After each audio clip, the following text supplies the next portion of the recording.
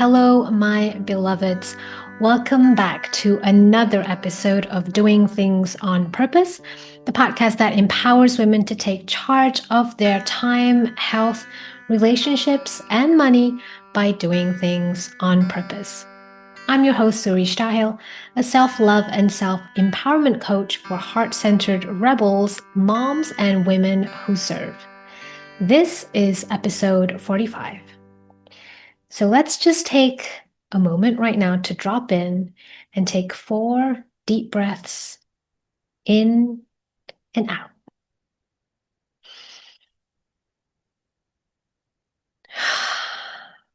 Just loosen up your body. I find when I breathe in, it helps to just have this wave happening and I'm not holding my breath. So again, in and out.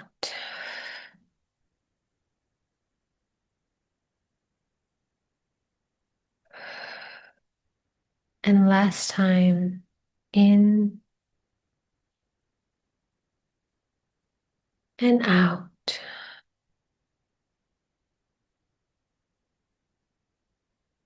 And we are here.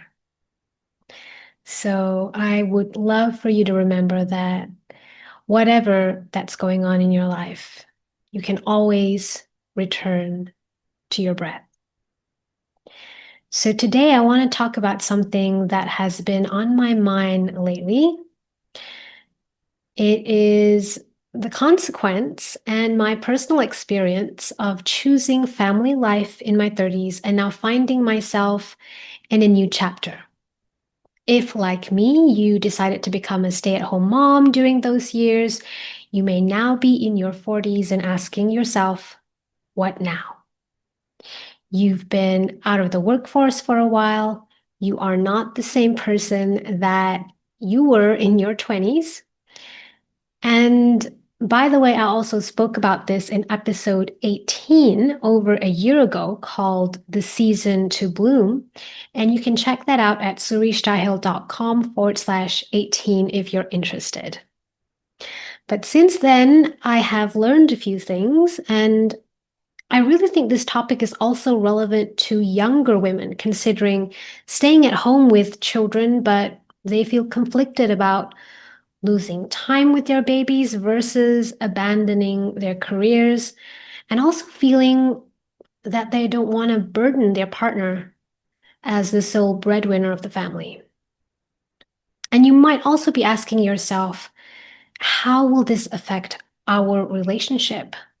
Will it be worth it? What am I giving up in the process? And what then after motherhood? Well, as someone who has gone through the active mothering phase of younger children, I can say that committing to that life choice of focusing on the home, if that's the one that calls you during those early years, has been absolutely worth it, both as the giver and the receiver of more connected relationships in my life. Again, I'm not suggesting that this is for everyone, and that's wonderful news because I think it takes all kinds, right, to make this world work. But if this is your path, I want you to know that yes, it can feel and be worth it. But on the career front, after a while, you might be feeling like the world has moved on without you, and you're standing at the edge trying to figure out how to jump back in. The first thing I want to say is that motherhood is not stagnation, not at all. Motherhood, real intentional motherhood, transforms you.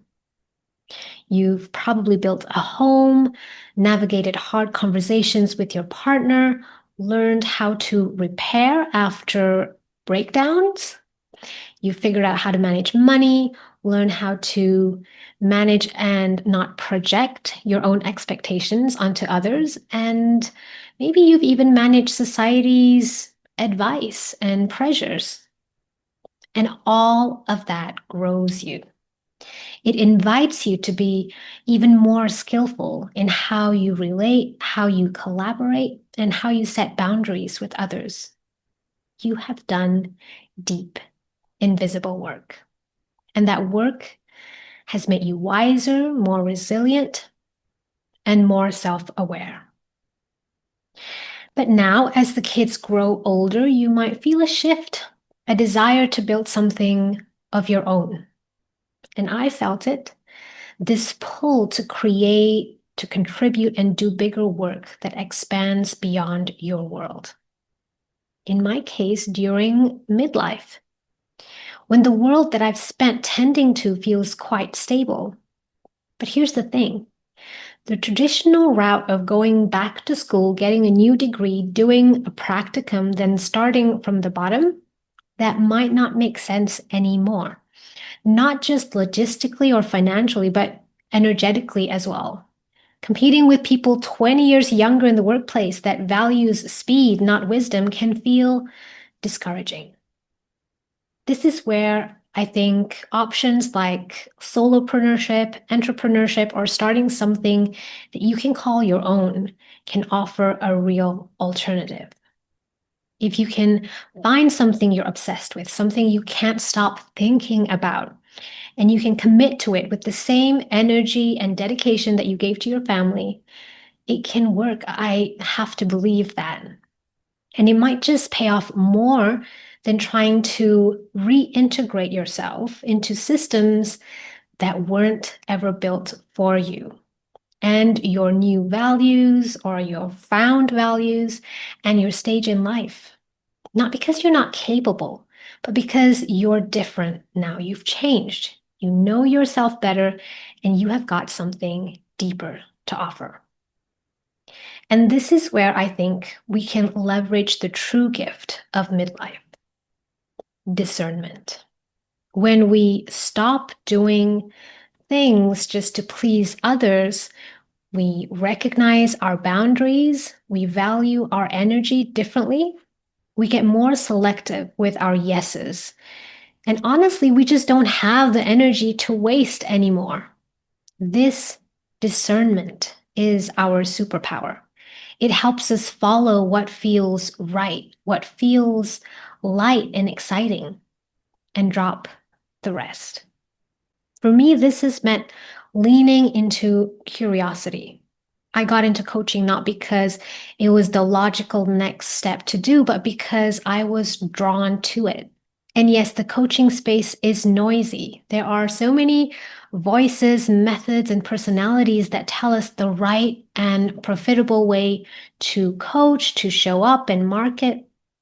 But when I follow what excites me, when I'm learning something I want to learn, everything flows more easily. My impact, my results, the connections I build, it all reflects the energy that I bring. But let's be real, it can be scary. Sometimes I wonder if I'm just making an excuse for myself. Am I just avoiding the traditional route because it seems hard and I'm lazy? But when I put myself in those shoes, imagine putting 4 years into a new degree, plus internships and proving myself at an entry level. And by the time I'm hireable, quote unquote, I'm in my late 40s or 50s. It just doesn't match the effort. Not anymore. And honestly, the traditional path doesn't even guarantee success and safety anymore. Not for younger folks either. So maybe the question isn't, can I make this work the traditional way? Maybe the question is, what is this season of life asking of me? So if you've built a solid family foundation, if you've cultivated the courage to start over, and if you're ready to build something on your own terms, I believe something like entrepreneurship or creative work or whatever that lights you up is a worthy path to uncover and follow. And you don't need a perfect plan. You just need to follow the energy and let your path unfold before you. Let me leave you with a few core takeaways. Number one is that motherhood is not a detour. It's real growth, and it's worth doing. Number 2, traditional paths may not serve you anymore when you consider restarting your career later in life, and that's okay. It's an adventure waiting for you.